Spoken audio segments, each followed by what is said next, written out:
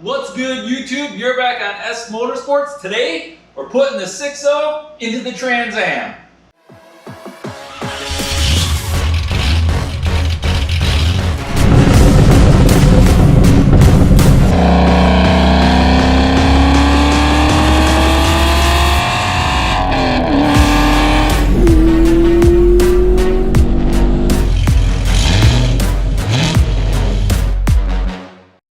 That's right, guys, we have an S Motorsports merch store set up, ready to go for your orders. A couple different t-shirt designs that have different S Motorsports logos, as well as hoodies, crew necks. Some of the sweatshirts do have the S Motorsports flag on the back of them as well, which is cool. And then of course we have some accessories or hats in different trucker hats, Carhartt, and then a couple different beanie designs with the S Motorsports logo. So make sure to pick you up some cool merch and support the channel. The link will be in the description. Thanks, guys, and now back to regular scheduled programming. Alright guys, welcome back to the channel. If you're a first time viewer here on this channel, make sure to hit that subscribe button and give this video a big thumbs up if you like the content. So today, we're going to be installing my 6.0 LQ4 build that I've been doing. I'll put the playlist up here. I got some help coming over to put the 6.0 into the Trans Am. I have everything all ready that I did in the last video. Got the shift kit installed, got everything bolted up, got the Circle D torque converter installed.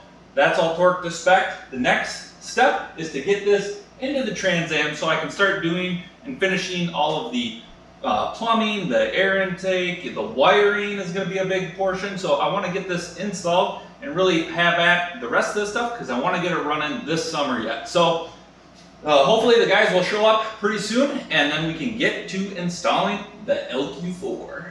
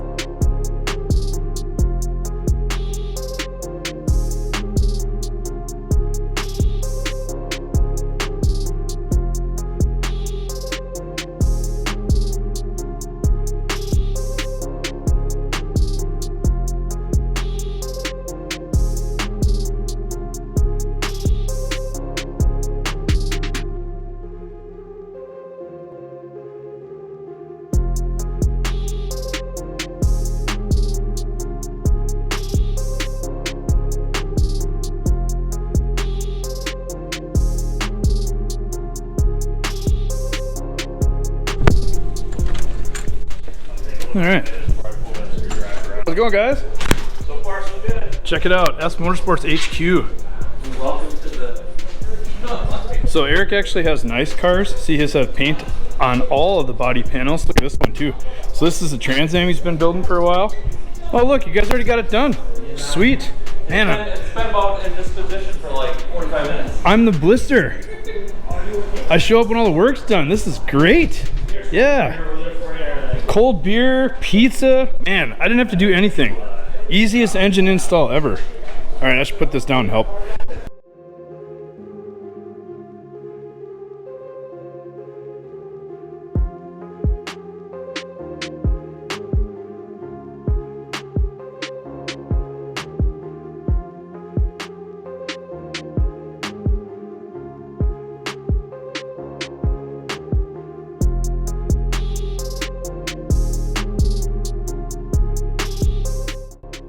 A little tip, a little trick that Eric does on his jack handles.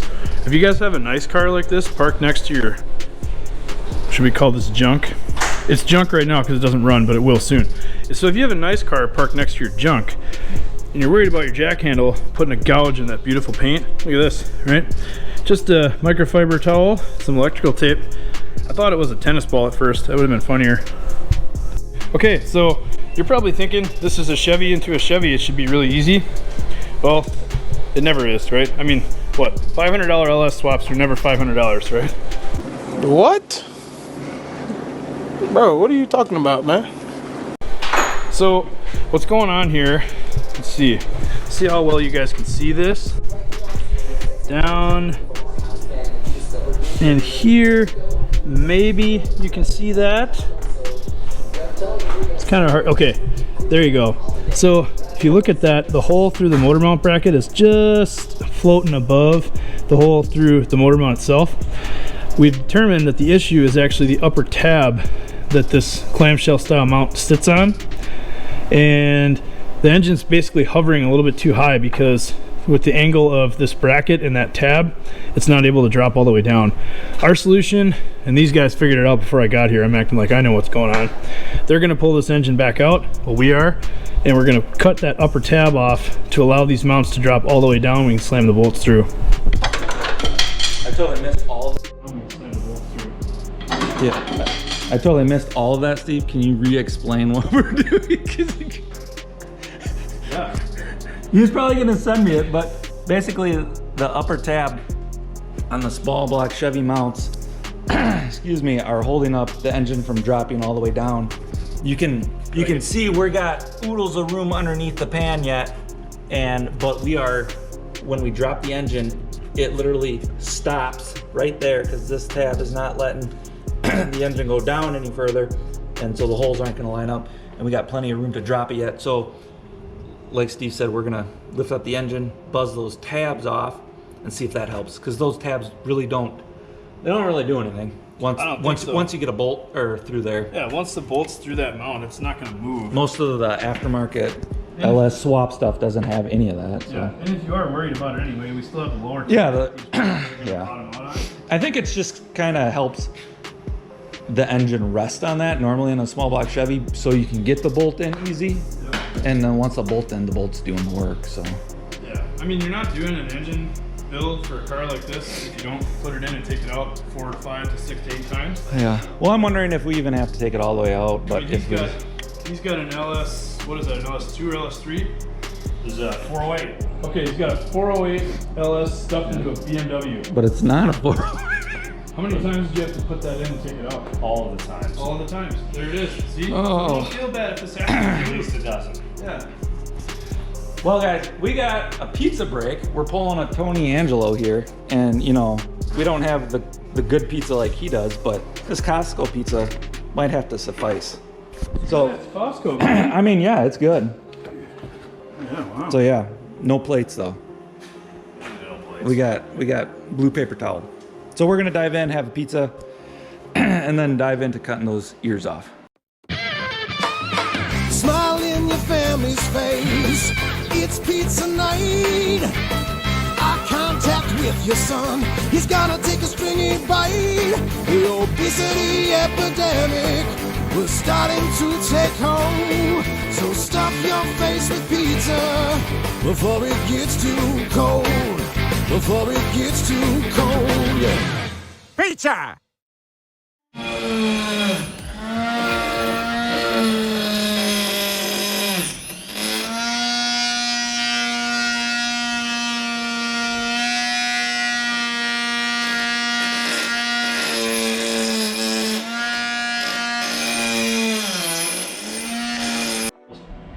Do you have an actual cutoff adapter for that? Otherwise, like I said, I have my little cutoff wheel at my house. I can go grab it.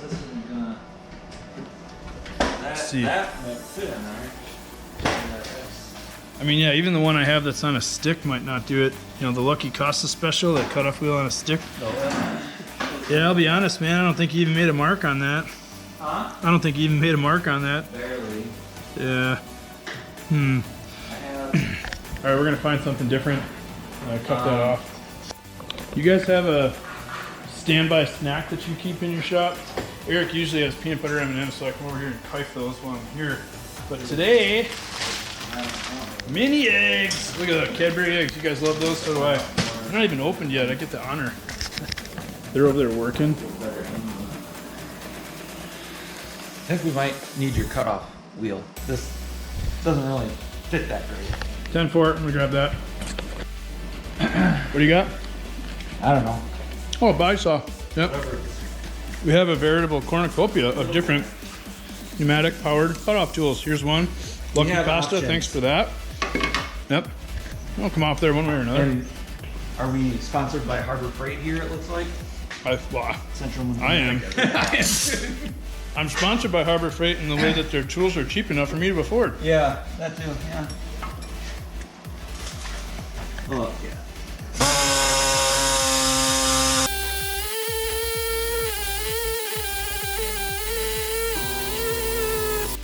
All right, so that was the fix.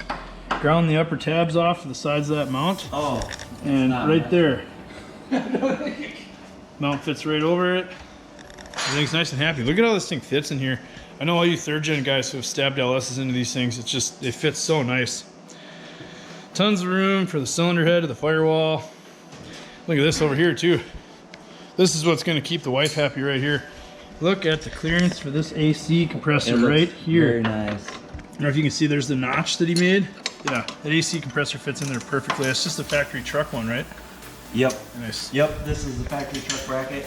And Hawk's 3rd gen sells this Yeah. kit, which is... Well, what we actually meant to say was this is a brand new engine from Blueprint. Yeah. Look at that. Engine Man. and transmission in the car. Cherry picker. Stuck under the car. Stuck under the car. Oh, okay. It's a little bit too low.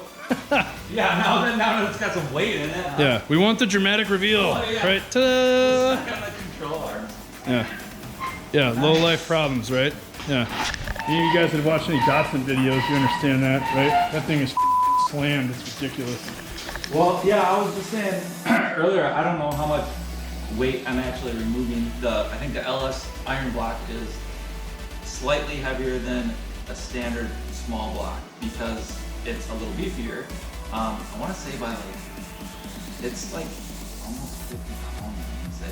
But it is aluminum heads, but now I'm running the 4L80E transmission, which is like a good 50 pounds heavier. Also heavier, yep. So it's probably going to be equal to what my old setup was, but way stronger. The transmission will handle anything. So, car will be 100 pounds heavier, but it's going to make like 200 more horsepower. So, that evens out. Yeah. Perfectly. Yeah, perfect. So yeah, what, AC looks good? The clearance back here looks really good. Like, I don't know, what it's like an inch and a quarter. I mean, I don't know, that's really good spacing. I'm happy with that. Yeah, you can actually get at all the bell housing bolts from the top side. Yeah. So any of you guys that have stuffed this engine in a different chassis are really mad right now because it fits really good in this one. This is nice. And so I do got to put like different sensors in the back. So I'm running an AccuSump, or I will be, and my feed is going to be right here into this port, and I got to put like a couple T's in there to put the sensors and stuff. So You're running an AccuSump on this? Are you gonna road race it? Or are you just paranoid? Longevity. I got a really good deal on Amazon. He's got a story about not running an AccuSump, right? And in your race car? And bits and pieces of a 408 to show for it. Yeah, so he's got a running E36. AccuSump. He's got an E36 BMW that had a 408 stroker LS in it. And 46. What? 40. E46, I'm sorry. Yeah, and bits and pieces came out of that thing. So his new engine will have an AccuSump, and I guess this one does too. Yeah, well, I mean, they kind of say like the LS, their downfall is oil. You know, like you give it good oil, they're gonna live. You know, and I got a really killer deal on Amazon of like a slightly open box or whatever, so it was like half off. And so I was like, okay. That's hard to go wrong, right? Yeah. So I was like, I might. We'd be able to let the jack down now. She's looking good. Right? We're gonna start up tonight, right? Dude, you can't show it to him until the other header's on. Oh. Then we can tell him everything's done. Oh, okay. Yeah, We will. We're just Hold up. Well, folks, here you go. Look at this. Ta-da! Right? Yeah, everything's done. It runs already, actually. Yeah, don't worry about it's wireless battery connections. Look at that. Speed engineering headers work really good in here. This side, what do we have to do? Take the coils off. Had to take the coils off and come up went in from the top. Driver's side, we had to take the oil filter off the bottom and take the coolant temp sensor out, and then they came in from the bottom. So pretty easy. These are speed engineering. What are they? 1 3/4, 1 7/8 primary headers. I think they're an inch and 7/8. Yeah, they're big guys, but Look at that. Doesn't that look clean, huh? Gotta love an LS, man. Yeah, I've done a couple of them and they're all cool, but this thing looks pretty good in here. Transmission's in too. It's just hanging from a ratchet strap underneath. But there you go. Not bad for a couple hours work. Yeah. I mean, just a couple things, battery terminals and a fuel pump and... Wiring harness and Oh, you don't even need coolant that. and... It's all just gonna run. Probably some oil if you feel Oil. Yeah, I do need some oil. Fine, we'll put oil in it before we start Yeah, it, I probably guess. should do that, huh? Yeah. Friggin' engine builders always worried about oil. Yeah. Headers are in. I mean, come on. Look at that. Oh, that looks good. So yeah, the next step is going to be making the cross member for the transmission to get that up and supported. Right now it's just held in by a ratchet strap. And then, see what else? That's really the main thing. Once I get going on that, then I can start slapping all the rest of the... Then I can put the intake on for good. I do have to do fuel lines. So a lot more to come, basically. All right, guys, we're back.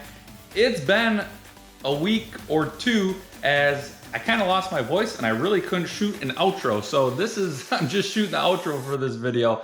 And I actually made quite a bit of progress kind of in the meantime as I could still do stuff. I just couldn't talk. So I'm feeling better now and I want to show you what it looks like. We got it installed.